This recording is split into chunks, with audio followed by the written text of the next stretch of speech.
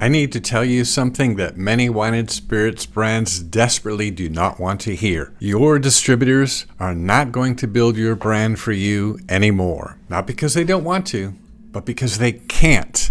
And the suppliers who fail to accept this new reality are in serious trouble.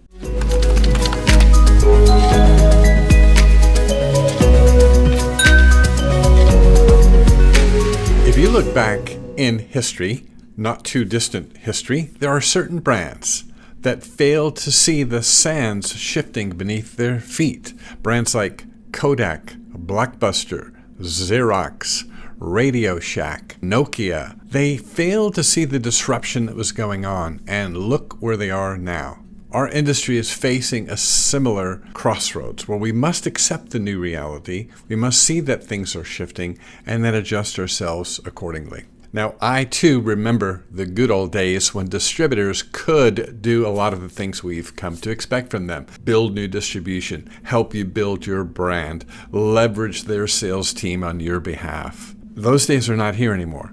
Distributors were enormously valuable. The model did work. They did build brands. They did create win-win outcomes. This video is not about blaming distributors. It's about recognizing the major change that has happened in the selling environment. What we have here is a perfect storm.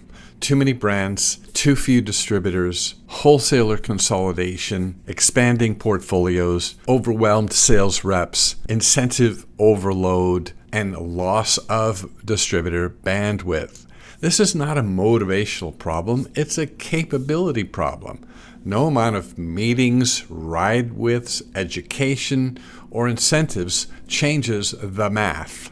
So here's the big shift that nobody wants to accept. Someone has to be commercially responsible for the success of the brand. Too many brands are dangerously naive if they think that that responsibility still belongs primarily to the distributor. This is the big shift that no one wants to accept.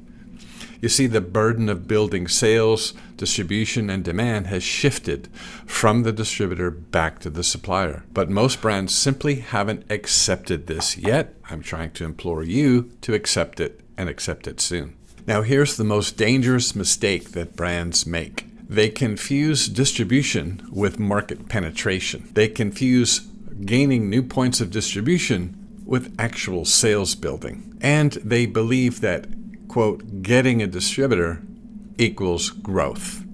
It's just not true. Many brands are still operating as though it's 1997. They think signing a distributor agreement means the machine turns on. Well, guess what? It doesn't.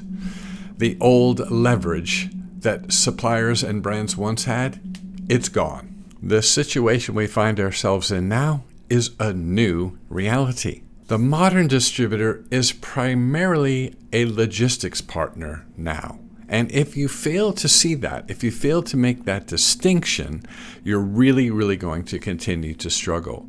The new reality is distributor as logistics partner, and the expectations are keep inventory on the floor, at least 30 days for domestic and 45 days for imports. You want these distributors to fulfill the orders that you and your team generates. And eventually, you would like them to potentially match your efforts. That's the new reality. Distributors are not your primary growth engine. Distributors are not your primary sales force. They are not your primary commercial driver. They're just not. Used to be, not anymore. And so you need to have a new mantra, which is, if it's important to you, you're going to have to do it yourself. Now, I talk about this issue a lot, and mostly it falls on deaf ears. As human beings, we're wired to stick with what used to work. We're very reluctant to change as a species. But this is very serious, and you need to take it seriously. If you're one of those people that still thinks a distributor can drive brand growth for you, you've got to take a serious look at what the current reality is. So let's talk about what the winning brands are doing in spite of all this. The winning brands have recognized the environment has changed, and they're making the appropriate adjustments. Here's specifically what those adjustments look like. First of all, they're building direct buyer relationships. Now, I understand many of you watching this are going to say, well, no, even the big chains, they want the distributor to be the primary point of contact for all suppliers. Suppliers can't just contact key accounts and chains directly.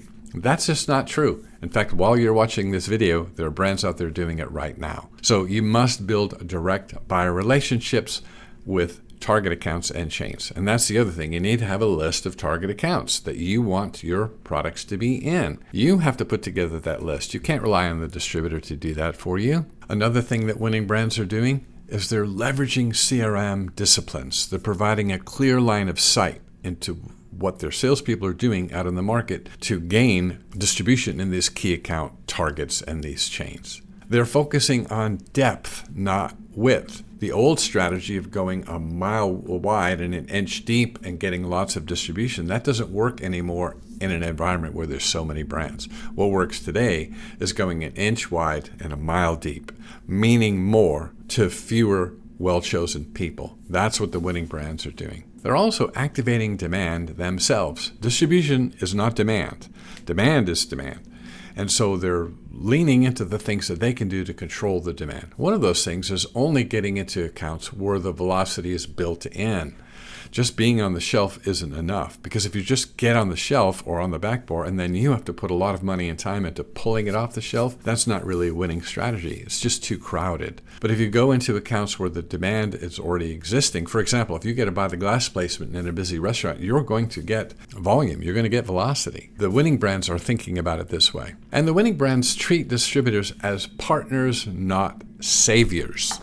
So the bottom line here is the brands who survive the next decade will be the ones who accept reality the fastest, and I want you to be among them. The brands who survive the next decade are the ones who stop waiting for other people to do what they need to do. The brands who survive in the next decade are the ones who take back commercial responsibility for their own success. Brands who survive are the ones who stop asking, why isn't my distributor selling for me? And they start asking, what am I personally doing to drive commercial success? Because I have news for you. The distributor is not coming to save you. You're going to have to save yourself. Now, I know this is a hard reality. I hope that you found value in this video. I want to encourage you to share it with others in your organization who need to see it. I would love it if you clicked like if you found value in the content. And as always, I'd love to have you subscribe because we put out new videos like this all the time. Thank you for watching.